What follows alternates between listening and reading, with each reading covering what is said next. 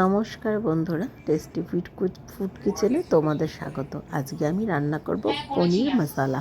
দেখো, তার জন্য কড়াইতে আমি তেল দিয়ে দিয়েছি। তেলের মধ্যে দিয়ে দিলাম একটু লবণ আর একটু হলুদ।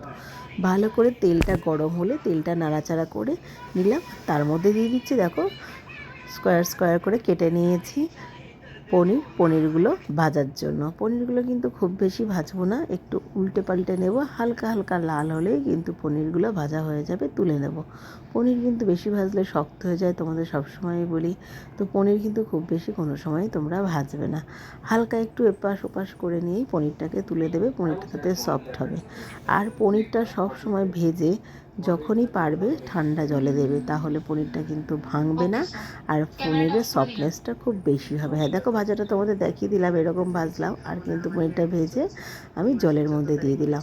জলের মধ্যে দিলে কিন্তু খুব ভালো ও সফট হয়। এইভাবে আমি সমস্ত পনিরগুলো কিন্তু এক এক করে ভেজে নিলাম। আজকে আমি পনির মশলার জন্য নিয়েছিলাম 500 গ্রামের পনির। 500 গ্রাম পনির নিয়েছিলাম। পনিরটাকে এইভাবে ভেজে নিলাম। আর পনির ভাজা হয়ে গেলেই আমি সেই তেলে ভেজে নেব কিন্তু কিছুটা কাজু। আর এই পনির ভাজার তেলের মধ্যেই কিন্তু আমি কাজুগুলোকে দিয়ে দেবো। এই যে দেখো, কাজুগুলোকে দিয়ে দিলাম গোটা 10-12টার মতো গোটা গোটা কাজু নিয়েছিলাম। এটা আমি একেবারে টমেটোর সঙ্গে মিক্স করে নেব। কড়াইতে আমি ফোড়ন দিয়ে দিলাম সাদা জিরে আর মৌরি। অতি অবশ্যই কিন্তু এই দুটো ফোড়ন দিতেই হবে, মৌরি আর সাদা জিরে। তারপরে আমি দিয়ে দিলাম আদা কুচি আর লঙ্কা কুচি। তারপরে আমি দিয়ে দিলাম একটু কাশ্মীরি লঙ্কার গুঁড়ো, দিয়ে দিলাম জিরের গুঁড়ো, দিয়ে দিলাম ধনের গুঁড়ো। সবই কিন্তু সানরাইজের। আর তারপরে একটু জল দিয়ে দিয়ে কষতে থাকলাম। আর একটু কালারের জন্য কিন্তু হলুদ গুঁড়ো অতি অবশ্যই তোমরা দেবে।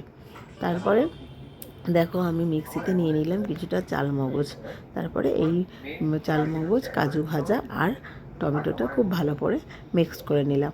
আর এদিকেও আমার মশলাটা কিন্তু অনেকটাই ভাজা ভাজা হয়ে গেছে। অনেকক্ষণই ভাজতে হবে যতক্ষণ না তেল বেরায়, কারণ না হলে কিন্তু মশলার থেকে আদার গন্ধ বেরোবে।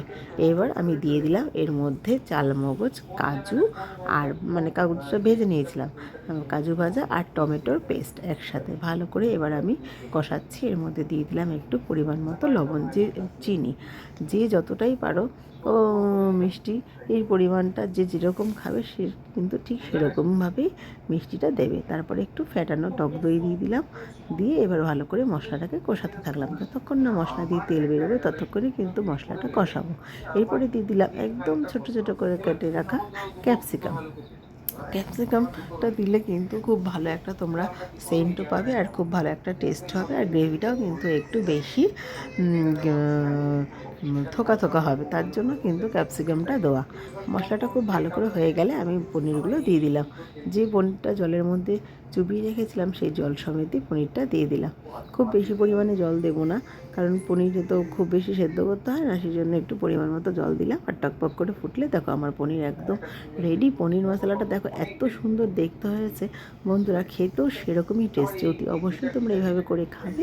আর আর আমার রেসিপিটা তোমাদের ভালো লাগলে আমাকে লাইক আর শেয়ার করে দেবে। Thank you.